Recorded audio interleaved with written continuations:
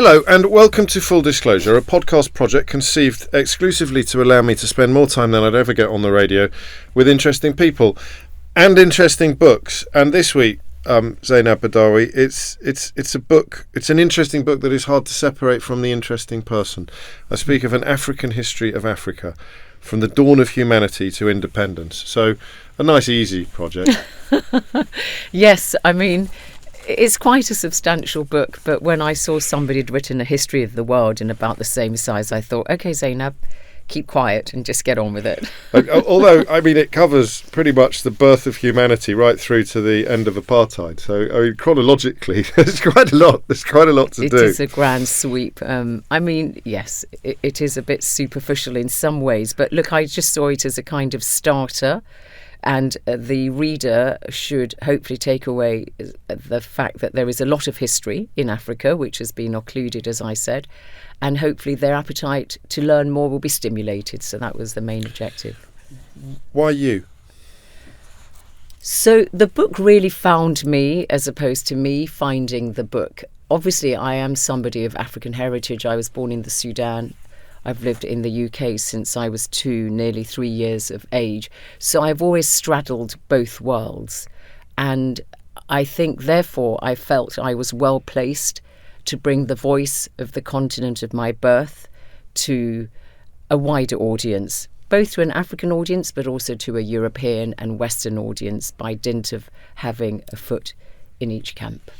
You've talked about having a hyphenated identity, haven't you? That's what you're referring to there. Yes, I am somebody of dual heritage, and I'm equally happy to be described as British or as Sudanese, or indeed British Sudanese. And I think that that is the way a lot of people of mixed heritage really see themselves. You know, you don't have to have the crude test that Norman Tebbit set decades ago, the cricket test. You've got to decide if India or Jamaica are playing England, which side are you on?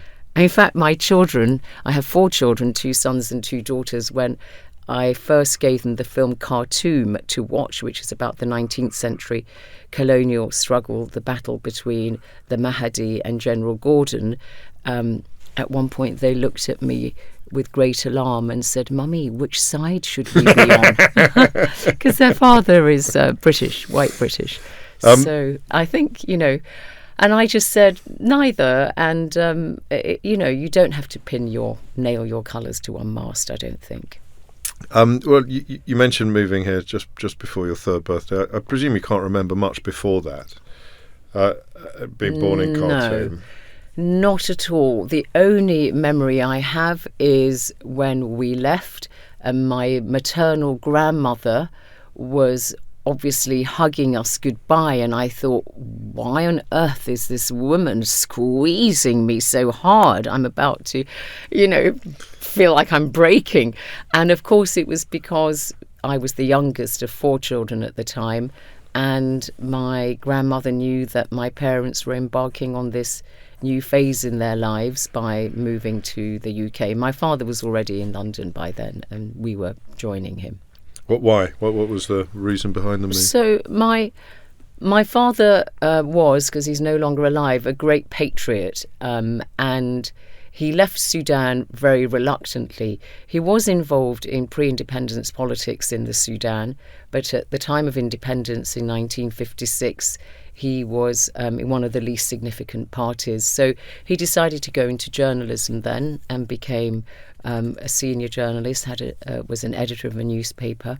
And then when there was a military coup in the late 1950s, press freedoms were not stripped overnight. It was a gradual process. So by the early 60s, he saw that he couldn't really operate freely anymore and managed to get a job in London. So he wasn't formally exiled, but he felt quite constrained. So he wasn't in personal danger. He just didn't fancy the terms and conditions that were coming into play. It might have transpired that he might have been, but he left and we joined him. And then a few years later, with the fall of the military regime, he did flirt with the idea of going back. But by then my mother felt she was quite settled. We were all in British schools by then, and she persuaded him to stay. And I think it was always something that rankled with my father, because, as I said, he was a great patriot. He'd been imprisoned during the British colonial era for his demonstrations and his activities.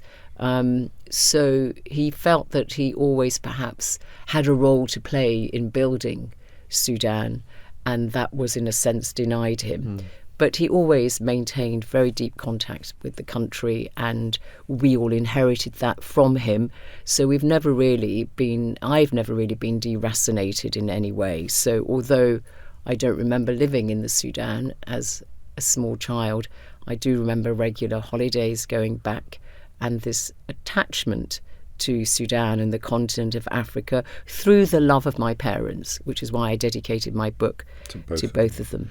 I was struck by your great-grandfather as well, by Babakir Bedri, and so I mean, amateur psychology would suggest that whether you knew him or not, that was quite a formative branch on your family tree.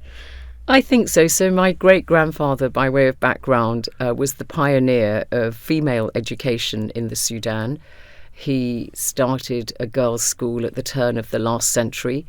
He thought to himself, why is it that only my boys have the benefit of an education? So he set up a school in the courtyard of his home, and the British authorities in power at the time said, Sheikh Babakir, this is not wise, because a lot of the neighbourhood, the community, were rather opposed to this. They saw it as, an emancipation of women, and goodness, what might it lead to? But he persisted in the teeth of this opposition, and so education for girls became the family business. We set up schools, and there's a women's university in the capital which attracts girls from Sudan all over the country, as well as further afield from other parts of Africa, and indeed even as far away as India. Its medium of instruction is English. But sadly, of course, with the terrible war that's going on in the Sudan now, everything is shut down, and my family have all fled to Cairo. But yes, my great-grandfather was a great visionary. And James, I often find it quite difficult to reconcile the view which many people have that people from Muslim backgrounds, if they're women, that there's something inimical in Islam to girls getting an education. So I grew up with great aunts and aunts with PhDs from Western universities, and grandmothers and great aunts who could read and write beautifully. And so this idea, that we've seen with campaigners like Malala Yousafzai in Pakistan being denied an education just because of her gender, it is something we just don't understand in our extended family. So when did you realise that was not the universal experience? I think that living in the UK and being exposed to other communities from Muslim countries, South Asia particularly, that it wasn't always the case. And, I hear sometimes about young women from Muslim backgrounds who would be expected to marry young and not go to university and so on. For us, it was the other way around. Why aren't you going to university to have a higher education? So something that I just took for granted growing up, I saw that actually that wasn't the case for many young women from a Muslim background. So journalism, politics, education, all of these factors are in the mix before you're even in primary school. Was the dinner table at home a sort of febrile place? Was everything up for discussion? Yes, I think so. We were very aware. My father was always, and my mother, very engaged in current affairs, and were very aware. We were always very aware of the world outside. So a lot of my British friends were brought up on Radio 4. We were brought up on the BBC World Service. I danced to the tune Lily Bolero all the time. It was one of my, earliest childhood memories. My father always, and my mother, listening to the BBC World Service. So I think that has set me on a path whereby news and current affairs and just wanting to know about the globe has always been second nature to me. It makes sense of your subsequent career as well, doesn't it? Or certainly the sort of the more recent stages of it, because you've taken the path back to BBC World, and in a way that not many other broadcasters who'd achieved great prominence on domestic stations have done. You so clearly in the back of your mind, even when you were presenting Channel 4 News, you were conscious of the World Service and the TV equivalent of it. I think so. I think that's right, James. Although actually from the age of 3 to about 16, I always wanted to be a doctor. There are lots of doctors in our family. My mother's brother at the time was studying for his medicine in the UK and lived at the top of the house in an attic, and I'd go up the stairs and look at his skeleton and his anatomy books, and I'd say, Uncle Aziz, I'm going to become a doctor like you when I grow up. So it's not until quite late, in fact, in my late teens, mid-teens, that I realised that I was perhaps a bit too squeamish to embark on a career. Was that the reason you realised what it was going to involve? Yeah, not fiberglass skeletons, exactly. Very carefully cleaned ones. Precisely. It's going to be real things. So what were you like at primary school then? What sort of student? What sort of? I sense that the expectations for the Badawi children would have been quite high. They were quite high, and we were always praised if we came back with a good report and admonished if we hadn't. I was state school educated right from the get-go, and but I think there was an expectation in the family that I was going to go into medicine. I have countless first cousins and uncles who did embark on that career. I think it was always, a little bit like a lot of countries in emerging nations where STEM subjects are really, even to this day, really valued. And if you're going to contribute to society, wherever it may be, become a doctor or an engineer and so on. So perhaps it was with some disappointment that I changed at A-levels and decided to go down a different path. But I was never really sure that I was going to become a broadcast journalist. It kind of just sort of happened. Okay, well, we'll get to that. So you chose your A-levels then based on what you found most interesting. Precisely. Rather than what would best equip you for a notional career, including Russian, I think. Yes, I did history, Latin and Russian at A-levels. I've always liked languages, and I always liked Russian literature. For some inexplicable reason, in my early teens, fell in love with Tolstoy and Dostoevsky. But it's not inexplicable. They're pretty good. They are great. Yes, I know. But I had the ambition, perhaps I went further, that I wanted to read them in the original language. So I loved Crime and Punishment and Tolstoy's The Death of Ivan Ilyich. I just liked I love British English literature. I love Dickens, Jane Austen and all the rest of it. But there was just something about the Russian psyche that interested me. So I did what was then a Russian O-level and then carried on with Russian A-level. It's very rusty now, my Russian, but I still retain a great interest. You've always had one foot in academe, really, or there or thereabouts. I think you did a master's when you were first working as a journalist, and you're now the president of SOAS while still working as a broadcaster. You've managed to ride both horses for most of your life. I think that's probably true. I read PP at Oxford University, and then after Oxford I did these languages, I said. Then I went into television, and when I became a presenter for the first ITV night news, I was very happy to do that because it gave me the chance to do an MA, a master's at SOAS at London University. And so I would read the news at night, stay up all night, finish at 8, and scurry off to SOAS at 9 a.m. for my first lecture, desperately trying to keep awake. And then I'd go to the library, because I was quite well off, and there were no computers really in those days. So I'd photocopy all my sources that I needed from the fantastic library at SOAS. And then I'd go home to sleep and do that for a week. And then on the week that I wasn't working, I'd write my essays. So I was very, very disciplined. And in fact, they let me do it as a full-time student, which strictly speaking, they shouldn't have. Yeah. But I managed to persuade them. And I was very glad because I was rewarded with a distinction. And you essentially found more hours in the day than most people were living according to. I did, and I enjoyed it. And it's funny, here I am years later in 2021 when I was appointed president of SOAS, which is a huge privilege. was it learning for learning's sake then? Because most people at that stage, their career's up and running, it's going pretty well. They would focus almost exclusively on advancement, and you really felt the need, almost a hunger for learning. Is that fair? I think that's fair. I think it wasn't a means to an end, was it? Really, it was.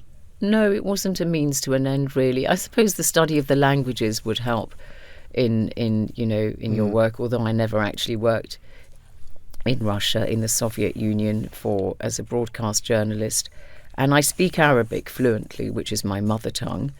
I say English is my first language, Arabic is my mother tongue, and I've never been based as a correspondent in the Middle East, but Arabic certainly has been super useful as in my career. Did you never fancy a foreign posting?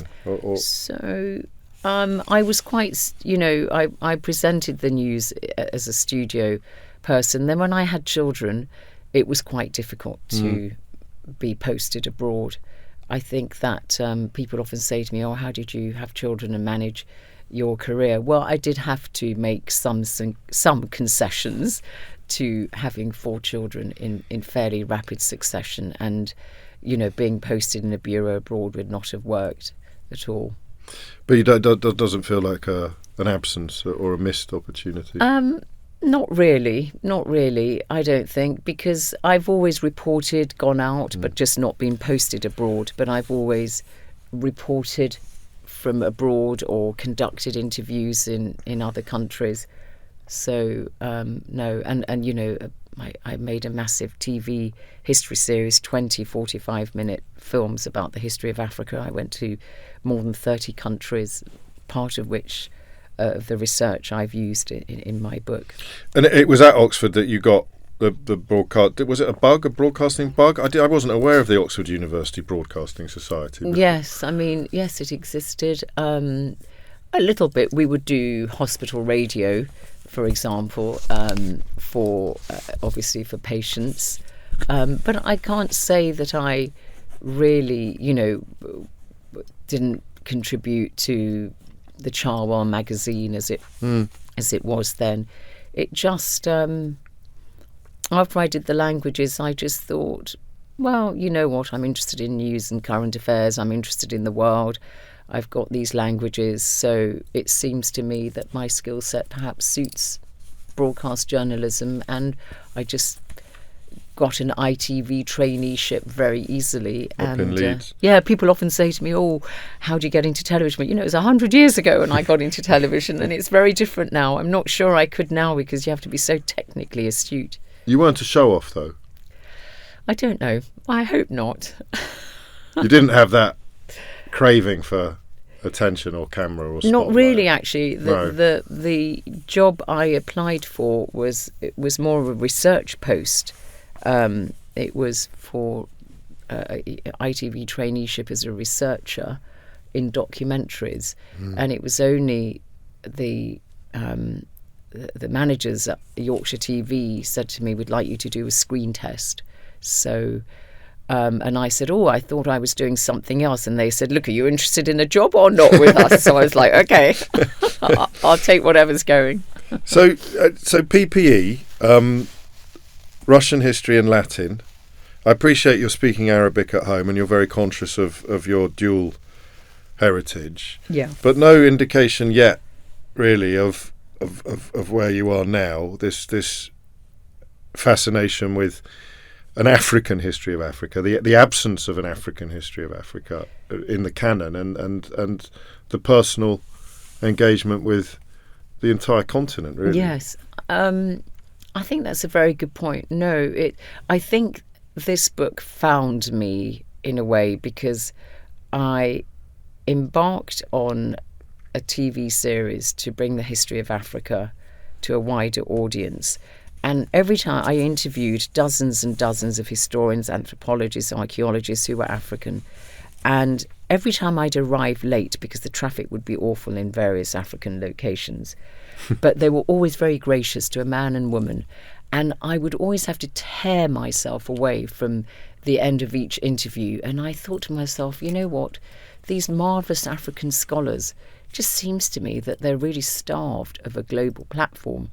because they knew I was making the series for BBC World. And this happened all the time, that I thought there must be a message. Somebody's trying to tell me something here, that these people would like wider dissemination of their work. So that's why I thought it was incumbent on me to try to bring their stories, their perspectives of their own histories to a wider audience. So that was why I decided to write the book. But why I decided to make the TV series, again, just happened by accident. I was in the offices of the then Deputy Director General of UNESCO, the United Nations Education, Scientific and Cultural Organization, in Paris. Wonderful man called Getachew Ngida, Ethiopian. And as I was having a cup of tea with him, I saw in the bookcase behind him a series of volumes called The General History of Africa. And I said, Getachew, what are those? And he said, oh, it was a project undertaken by UNESCO at the behest of the newly independent African leaders. They said, look, we've decolonized our countries. We want to decolonize our history. So UNESCO facilitated this exercise, scoured the continent of Africa for the best historians, and they compiled volume after volume of Africa's history, written by, for the most part, Africans, scholars. So that's when I thought, now, wouldn't this be wonderful to bring the spirit of this project to television? And then after, as I was making the TV series, I thought, how can I do justice to all these interviews I've done, because you appreciate in television a lot of stuff hits the cutting room floor. So I thought, let me expand on what they've said using their perspectives, and hence the book, An African History of Africa. And how I mean, let me ask you a couple of questions that may be crass. How do you decolonise a history in which colonialism is a crucial part? Well, first of all, you go back to a pre-colonial period. And that's crucial, which is why I don't actually get to the transatlantic slave trade until chapter 14 out of 18 chapters. So that's the first point, to show that actually Africa did have a history before the Europeans arrived and started recording it. Another way of looking at Africa through a pre-colonial lens is to look at sources which Western historians often don't use, and that is sources from great Arab scholars like Ahmed al-Makrizi, who was an Egyptian historian, a medieval Egyptian historian who wrote marvellous histories of Africa. I use him as a bit of a source in the chapter about the Mali Empire. And also you access a history by looking at different sources such as oral tradition, which African historians will often do, because these have often been overlooked by Western historians who tend to focus on written sources. So oral tradition will bring up bits of African history of which you may not be aware, or bring you different perspectives. Even dance, musicology, archaeology.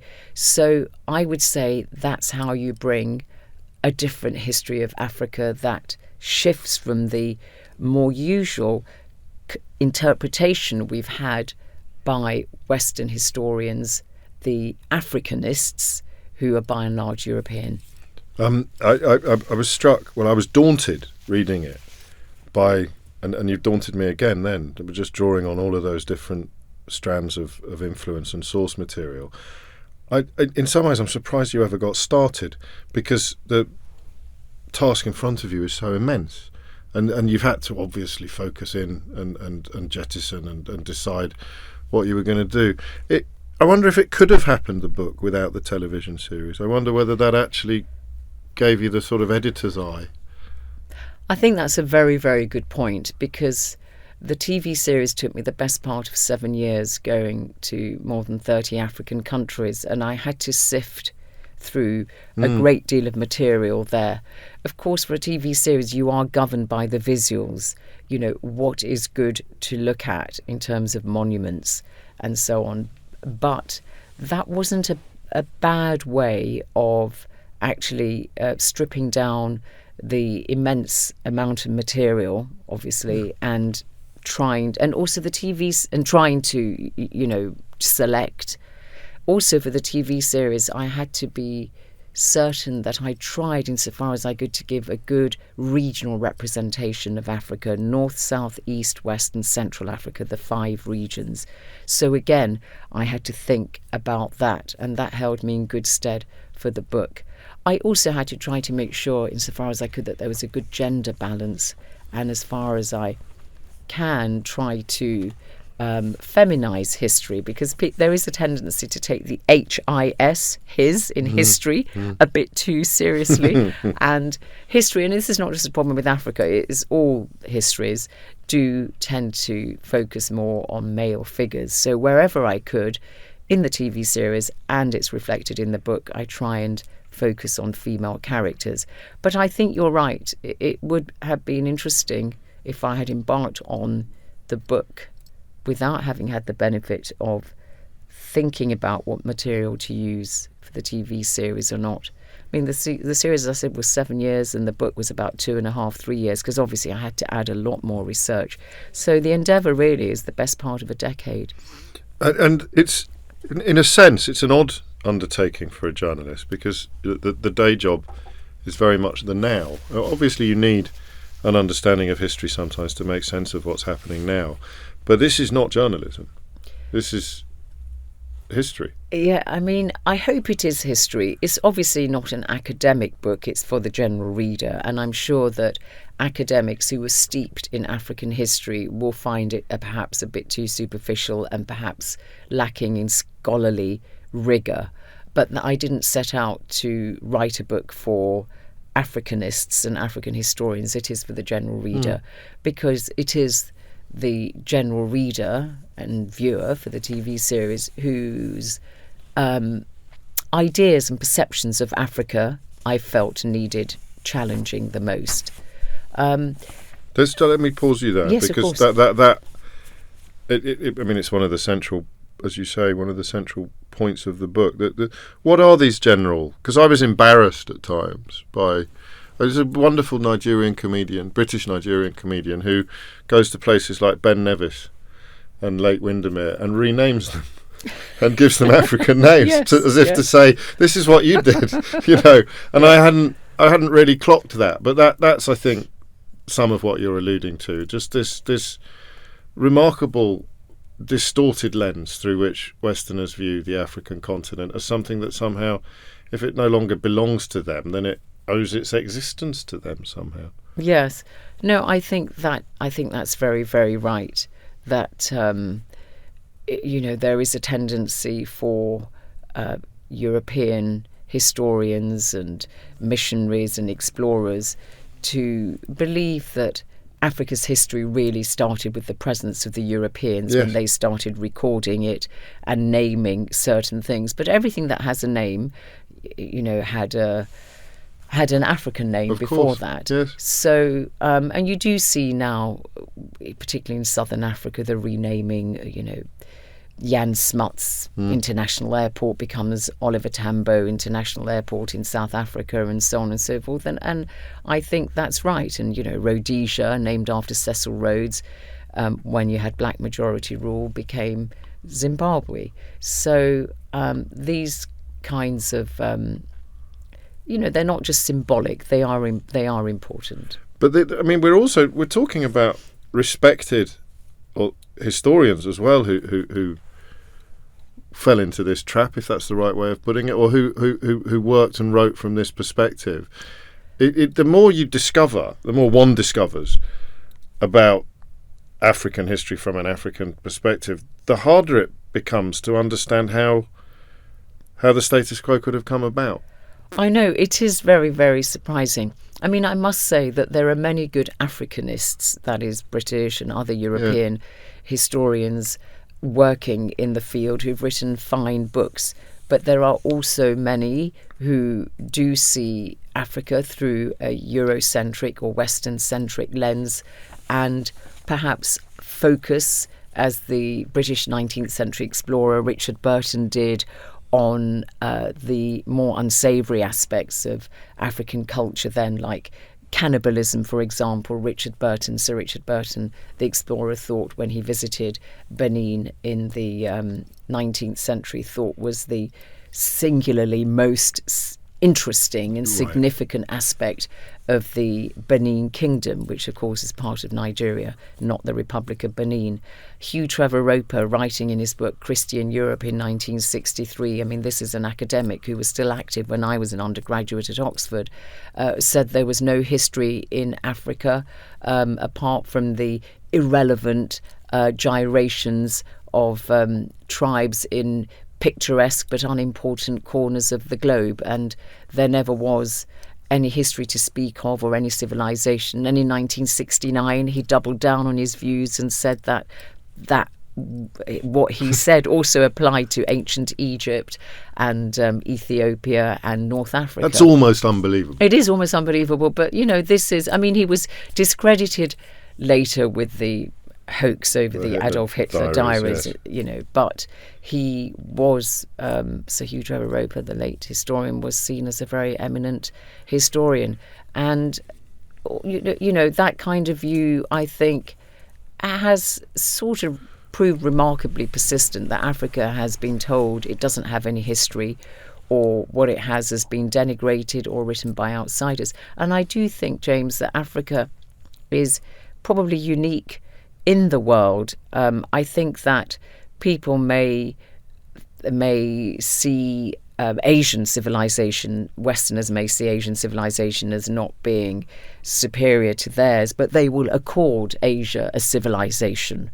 Whereas Africa, I think, is really infantilized and is seen as having no civilization that's worthy of respect. And how captured by that were you before you started working on the history of Africa? So I think for me, Sudan, where I was born, was always a very good example of that, because today, I mean, look at it, it's conflict-ridden with this awful war that's killed 13,000 people, 8.6 million displaced, 25 million people, food insecure, 5 million on the brink of famine. And it's a country which people would just, denigrate and say this is a country this is all it's ever been. But I knew it was more than that, because as a child, I knew that we had these amazing pyramids and temples. And so Sudan was not always the way we see it today. And so I think, therefore, I was very aware that there was more to Africa's story than just the, terrible suffering that we see today. I mean, there are 1,000 pyramids in Sudan. About 300 have preserved their superstructure. There are marvellous temples. It was in the 8th century BCE, as I write in my book, it was a regional superpower. The kings of Kush governed Egypt for the best part of a century in the 7th and 8th centuries BCE, before Common Era. One of its kings is recorded in the Bible, etc., etc. And yet nobody really knows very much about this great civilization. So the people you speak to, the academics in particular, at whose feet you sit at times, don't you, really? That they've been pursuing this independent of the outside world. This has been a self-contained academic mission, and your role, or you see part of your role, is to show them, bring them to a wider audience. Absolutely. I mean, do they want a wider audience? Does it animate them much? I think they do want a wider audience, because everybody I interviewed was so generous with their time and was so keen to talk to me about their particular area of expertise. I remember one professor at the University of Lusaka in Zambia who, when I said to him, look, I think it's better if I interview you outside because your office is a bit dark. And I mean, honestly, the process, James, of him locking up his office, it was as though it was Fort Knox that bore all, loads of treasures and so on. And when you looked around his room, what was it? It was just a desk with piles of documents, shelves stacked with books that represented this professor's lifetime of study. Precious, precious materials to him that he didn't want anybody to go into his office to obtain. And it just really, I found it very poignant. Yes. That his academic work and research was so important to him that he would guard it so assiduously. And so I just felt, as somebody who'd worked in the media for many decades, and I hope have honed some communication skills and can distill complex issues and try and present them in a very simple way, and perhaps in the book in a very simple, stark way. But, I'm used to speaking in a very simple way through my television career, because you don't have the luxury of going back to read something. Yes, of you course. have to speak with great clarity straight off. So because some of the academic material I read was very dense. The General History of Africa volumes by UNESCO are my sort of compass and inspiration, and I use those a lot in the book. But it is like wading through thick porridge, and most people won't read it.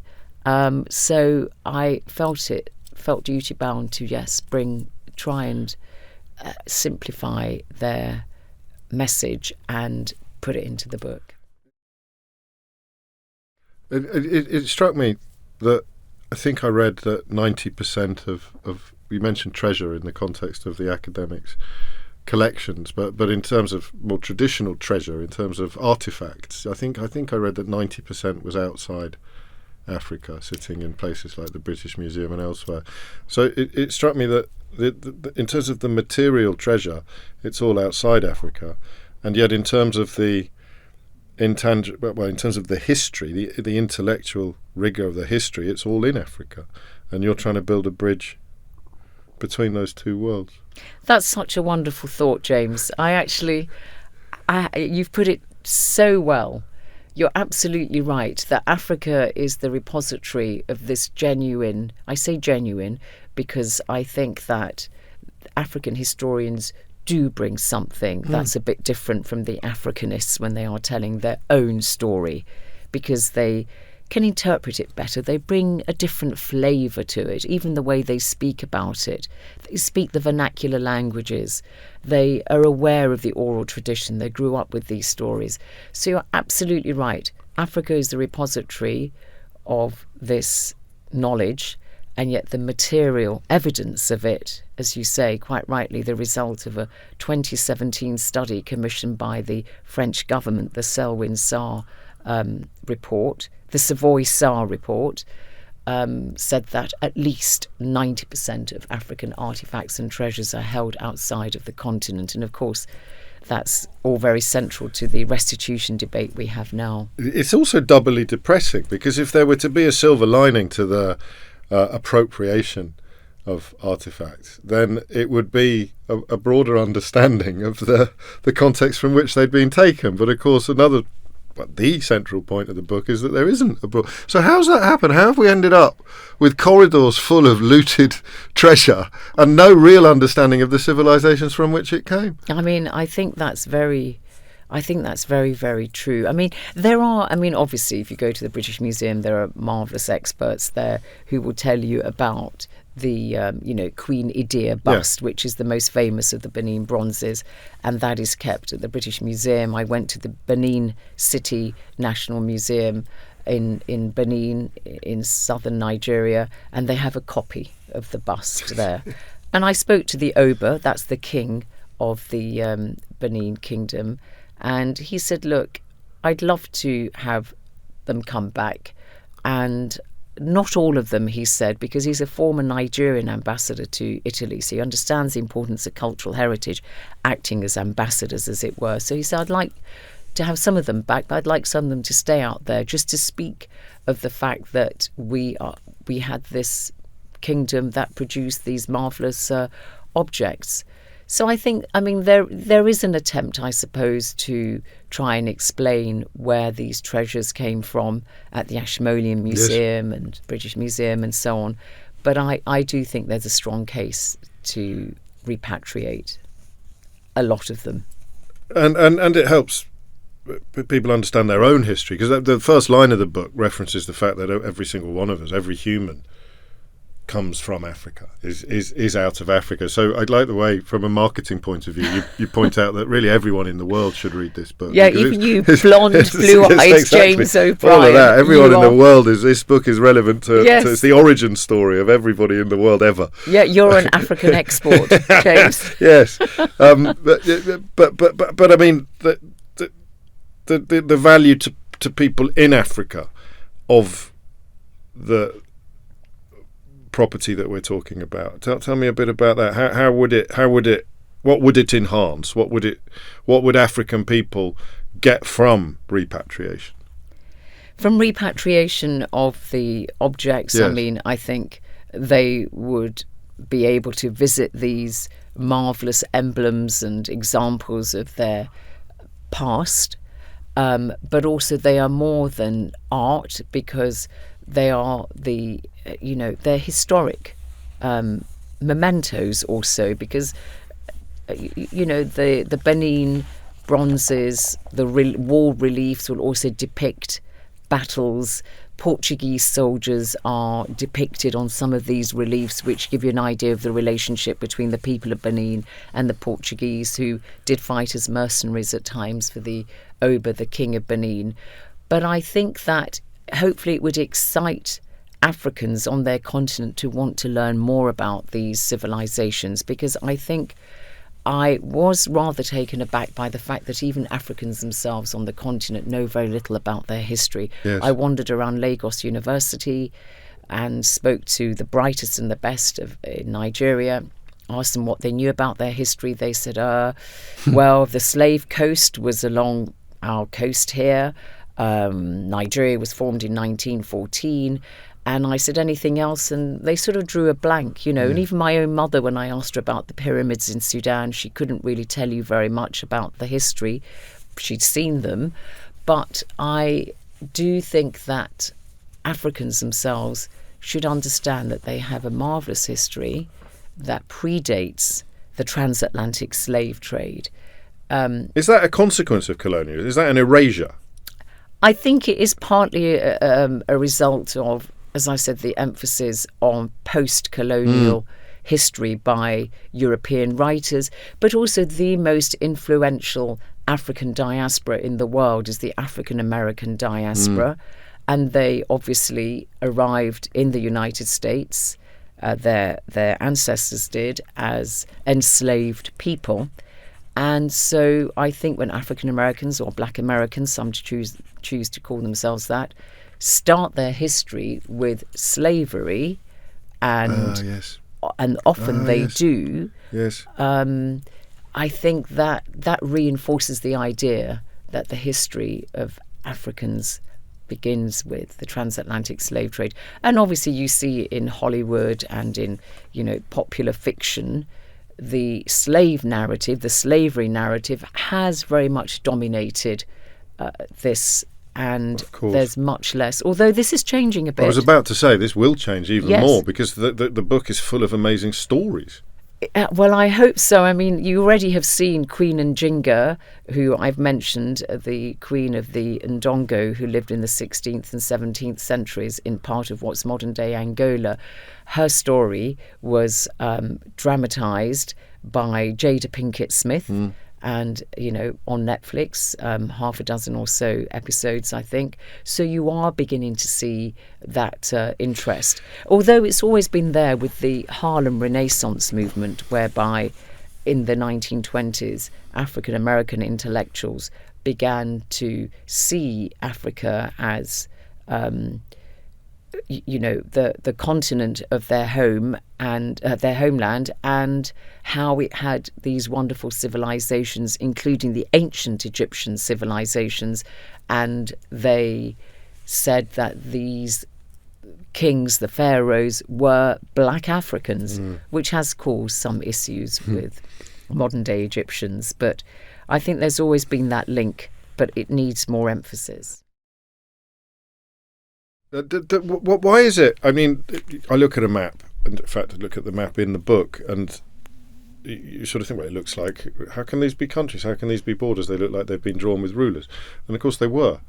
Completely. Drawn with rulers. So when you mentioned Asian history, Asian heritage, in the context, in a comparison to African, it struck me that I don't think of Asian history. I think of Chinese history or Indian history or Tibetan history, perhaps. But African history is different. It is homogenous in a sense, in a contrast to other continents. So, of course, every region, every country today has its own history, and every country's development will have its own, they'll have their own blueprint. But having said that, I think you are right that there is something about Africa which does allow you to talk about it continent-wide. And that is the experience of, I think, colonialism has been fairly uniform across the continent. It was worse in some places. Sure. Some countries had to fight bloody wars in order to get their independence, although I have to say most of Africa acquired its independence relatively peacefully with, civil disobedience campaigns and so on. But I think there is that unity. And when Nelson Mandela was released from prison in 1990, I think it was 1991, before he became president, the first country, or one of the first countries he visited, was Algeria in the far north of the continent. So there you have somebody going from the bottom of Africa, the southern tip, to the north, to thank the Algerians for their support during the apartheid struggle. And that, I think, is a very good example of how Africa, you can talk about Africa as a continent, because that experience, even Ethiopia, which was never formally colonized, did fight massive battles against the British and the Italians and was occupied by the Italians during the Second World War, resulting in Haile Selassie's exile. So even the Ethiopians are not above that, that experience. And Liberia, which was not formally colonized and was set up as a country for liberated, emancipated African American slaves, was in hock to very strong Western corporate interests. So again, it wasn't completely sovereign. So I think you're right. It's a very astute comment you make. You think about China and India, but you will talk about Africa. Well, I only got it from your book. Don't compliment me for this at all. You taught me this. What then? What were the moments when you were researching it? And obviously you can't separate the new book from the television series, from the history of Africa. What were the things that you could not believe when you discovered them, or when you learnt more about them? You could not believe weren't more widely known. The sort of, the stories, the people, the individuals that in a even moderately balanced universe would have had the same prominence as a Henry VIII or as a Roman legion. Yeah, there were several, but I suppose Queen Kahina, who was born in what would be Algeria today, is really, I don't like to use the word warrior, but we do use the term warrior queen. And she lived in the 600s, and she was the Berber queen, or Amazigh as they prefer to be known, who fought the Arab Muslim invasion in North Africa. And she managed to, get a huge following and went into battle, hair flowing and so on. And I do wonder why she isn't as well known as Boadicea, yes, or Queen Zenobia of Palmyra in Syria. So Queen Boadicea of the Iceni tribe, that would be the 1st century, Common Era. Just check up on that. And Queen Zenobia, 3rd century. And so, Kahina is the 7th century. She should be well known. She's known across North Africa as a real symbol of, strong. She's a real feminist symbol and an icon of strong female leadership and resistance. So I'd like her to be better known. I think Queen Njinga also should be well known. She died in her early 80s and fought the Portuguese and kept them at bay in a most remarkable way. I think of the pharaohs, it would be, Tutankhamun was very insignificant, really didn't do anything for ancient Egypt. Queen Hatshepsut would be my choice, somebody who was a prolific builder, and many of the monuments in ancient Egypt were built at her behest. And also she was a very astute manager of her country's economy, and really swelled the royal coffers and governed as a pharaoh. So there are many people really who I think should be better known, just as we talk about Henry VIII. I mean, one African president said to me, look, Zeinab, I could actually tell you the name of English medieval kings better than I can tell you about African ones. So it sums a lot up, that, doesn't it? It does sum a lot up, yes. I mean, he's now in his 80s, but it is interesting, and I think that's true for many African intellectuals.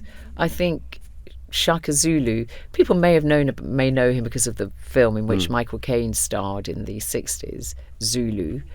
I think he was a very, very, fascinating character. I think people know about Cecil Rhodes, but they don't know about the king who he was opposing, Lobengula. Everybody knows about Cecil Rhodes, but the African protagonists are always just relegated to... Not even secondaries, not even tertiary secondaries, or whatever. I mean... What do you let yourself dream then, as you've become immersed in this history? Do you let yourself dream about dissemination? Do you imagine what milestones on the road to a broader understanding will look like? Is it being taught in schools? Is it young people, or not? I'd love it. I'd love it to, and I don't want to flatter myself, but I would love particularly younger people in Africa and outside Africa to read this book, because I hope I've written it in an accessible style. It is a bit compendium-like, but I suppose that's a bit inevitable when you try to have a grand sweep of the continent. I'm going to pick you up on something. I'm going to pick you up on something. You've done this 2 or 3 times in the interview, where I've heard you repeat language from a review that was not enormously positive, and I only mention it because it's your first book, isn't it? Yes, it is. So screw them. You don't need to accommodate these criticisms or even kind of apologise for them. It's not true. Really? It's not true. How could the book not be? What does Compendium even mean? It's a huge collection of information. Of course, if you're a snarky book reviewer looking for a line, you're going to come up with a word, but you don't need to refer back to it being simple. Simple means comprehensible, and Compendium means packed with information. Thank you. That's You're kind welcome. of you. Thank you. Yes, I mean, I would like young people, particularly on the continent and outside, to read this book, because they are the future, really. And I would hope that young non-Africans don't carry on to a new generation the misperceptions and the stereotypes of Africans being outside of history, that there's this idea that there are those who make history and those who stand on the sidelines, i.e. that those are the Africans. Or people to whom things happen. Exactly. And the Africans, I would love them to know that they have a marvellous history and that they should be encouraged to learn more about it.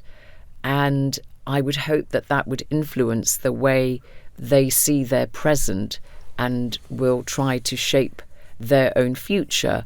And there will be many more great figures like the ones that we've read in history, brave men and women who resisted the unspeakable horrors that were inflicted upon them. Because that's very important, particularly in the transatlantic slave trade chapter. I wanted to show that Africans were not just downtrodden wretches who put up with the state of affairs that was inflicted upon them. They always resisted. I mentioned the women of Ender, a small wallow village in what is today Senegal, who heard of Arab enslavers coming their way to take them to be concubines or domestic servants to the Arab families in North Africa, because of course the Arabs took over large parts of North Africa, and they decided that they would rather die by mass suicide than live a life of enslavement.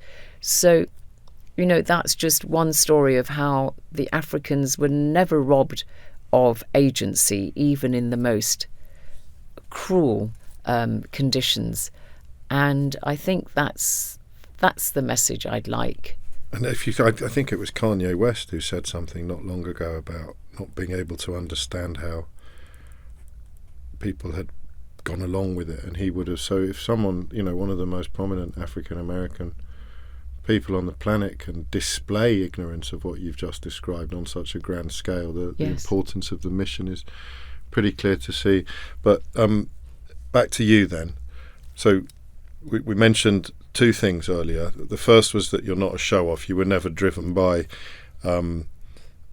sort of box-ticking type ambition. I want to be this, I want to be that, I want to present that programme. You've always sort of followed a course of curiosity career-wise, and also your journalism has always sat alongside broader interests, whether academic or otherwise. Has this changed you? Has this work changed you? I think the book has changed me, actually, because I feel even more now that my role, as I said right at the outset, I've always straddled two worlds.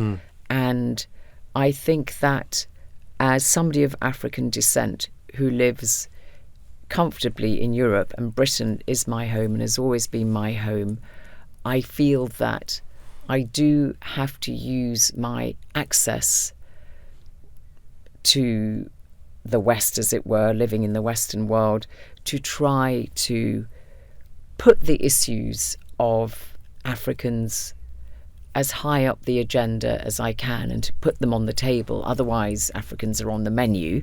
And I do still see that there are a lot of injustices and unfairness in the world which deal the Africans a bad hand, a legacy. And I do feel that, I know it's, a bit corny to say you have to use your voice on behalf of those, but it was Madeleine Albright who said there's the late former US Secretary of State, who said there's a place in hell particularly reserved for women who don't help other women.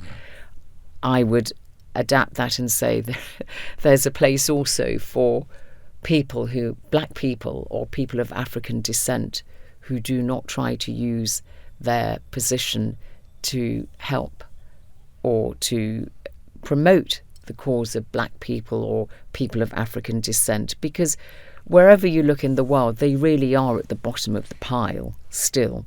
The blacker you are, the more likely you are to be in the lower socioeconomic rungs. Not always, but often the case.